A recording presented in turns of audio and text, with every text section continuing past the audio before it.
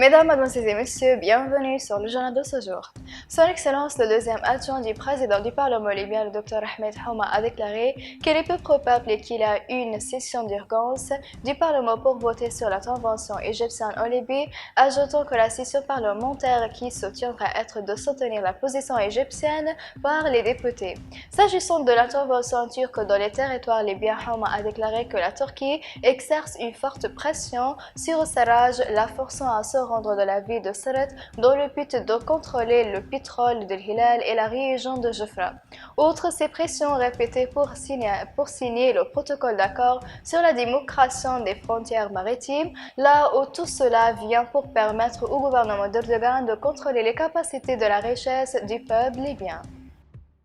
Le porte-parole du commandant en chef des forces armées, le général de division Ahmed El-Mesmari, a confirmé que le commandement général se félicitait de tout mandat populaire visant à protéger les ressources pétrolières en Libye. El-Mesmari a indiqué dans une interview télévisée avec les médias arabes que la direction générale travaille de manière contenue et permanente pour maintenir la sécurité des installations pétrolières. Cela vient après qu'il ait autorisé la mobilité des villes et des tribus.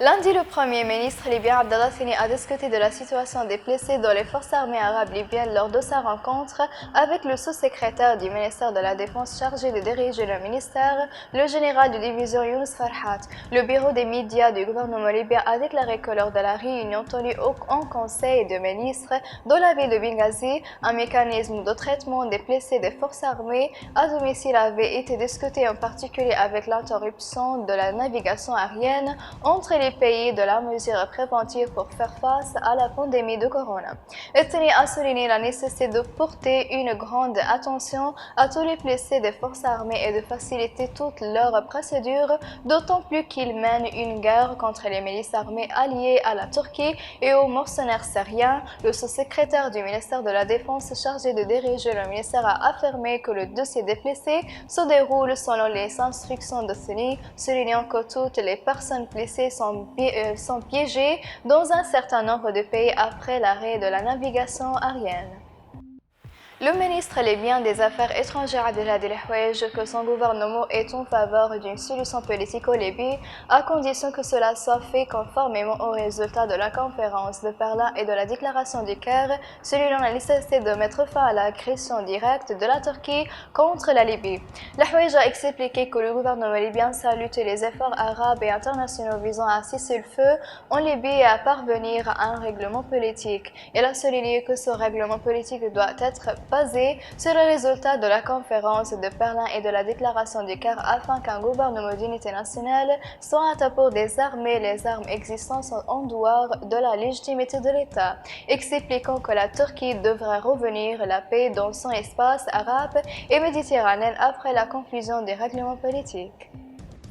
L'hôpital général Hawari à Benghazi a annoncé une amélioration de la santé de l'un des personnes infectées par le virus corona immigrant qui était sous les traitements de la salle des soins intensifs, notant qu'il avait été transféré au service d'hébergement de l'hôpital pour terminer le traitement, selon ce que l'hôpital a publié sur sa page Facebook. Le directeur du bureau des médias de l'hôpital, Hani El-Aribi, a déclaré que le nombre de personnes infectées par le virus corona recevant un traitement dans l'unité d'hébergement a atteint 41 cas après le transfert des cas améliorés au service de soins intensifs.